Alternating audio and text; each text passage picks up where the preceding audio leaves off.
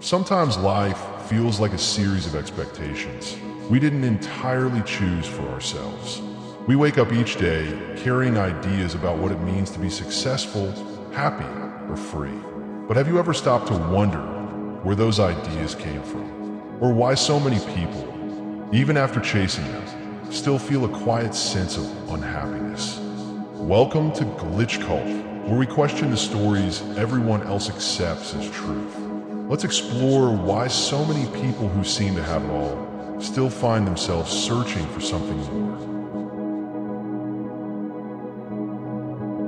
There's a quiet belief shaping how everyone lives now. The feeling that being ordinary isn't enough anymore. It doesn't begin loudly. It grows slowly through a lifetime of subtle messages. Be unique, outperform everyone, build something for yourself. At first, it sounds encouraging, but over time, it turns into pressure, the kind that makes every small step feel inadequate. The world convinces you that unless you're doing something remarkable, you're wasting potential. You start to measure your worth by what you can achieve instead of how you live. Even peace begins to feel suspicious, as if stillness means you've given up. People are no longer allowed to exist quietly. They must justify their existence through impact. And so, life becomes a performance, an ongoing attempt to prove that you matter. You keep comparing your life to invisible standards, to people who built companies, wrote books, changed the world. You scroll past stories of 20-year-olds with empires and 30-year-olds with legacies, and suddenly your own quiet progress feels like it doesn't count. It's not envy, it's confusion. You start to wonder if you're doing enough, if your life means anything at all when it isn't being seen. What makes it worse is that this chase doesn't even come from greed, it comes from fear. People aren't desperate to be extraordinary because they crave fame. They're desperate because they don't want to disappear. In a world overflowing with talent, visibility feels like survival, hoping to be remembered for something. But the truth is, some of the best lives ever lived will never be documented. They won't go viral, they won't be remembered in history books, and they won't leave monuments behind. But they'll matter to a few people deeply and quietly. And maybe that's enough. Maybe doing something extraordinary isn't about doing something big. Maybe it's about doing something true, something that feels honest instead of impressive. Because the world doesn't need everyone to be remarkable. It just needs people to stop performing long enough to remember who they actually are. There's a quiet assumption most people carry, that happiness has a single shape, that if you follow the right path, collect the right milestones, and make the right choices, contentment will appear on schedule. It's the story everyone grows up hearing. Study, work, succeed, settle down, stay positive, and life will reward you. But the truth is, that story was never universal. It was just repeated enough times to sound like one. People rarely stop to question where their idea of happiness came from. It's not always from experience. It's often inherited from parents, media, culture, friends. You absorb it by watching what gets celebrated and what gets pitted. You learn what a good life looks like before you've ever had the chance to define it for yourself. By the time you start living, most of your definitions are borrowed. That's why so many people feel confused even when life looks fine. They hit the expected goals, and the satisfaction fades too fast.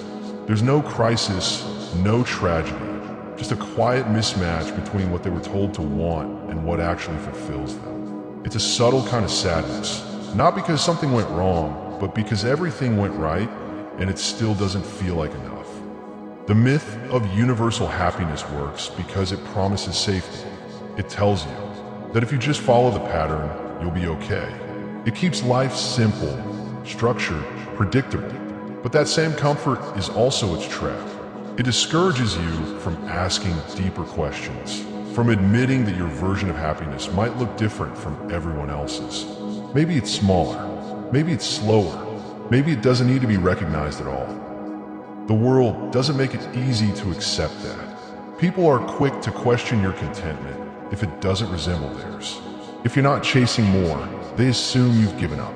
If you're not in constant motion, they assume something's wrong. But maybe happiness isn't a permanent state or a public display. Maybe it's just a quiet alignment between what you value and how you live, something that can't be compared or taught, only noticed. When people stop trying to fit into a universal picture of happiness, they usually find something gentler, a life that feels more honest than impressive.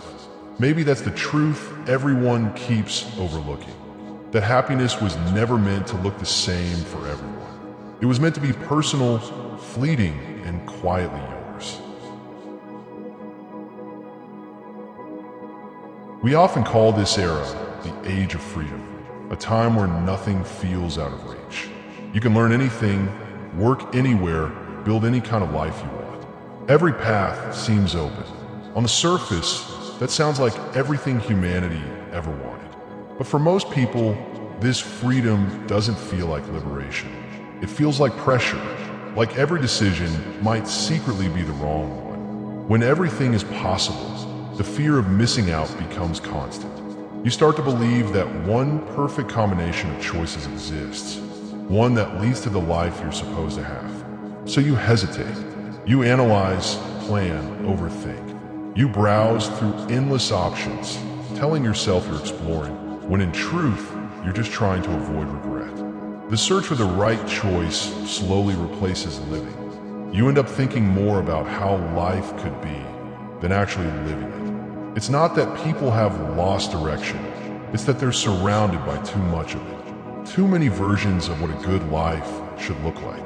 The internet alone offers thousands of them, each one promising fulfillment if you follow its map.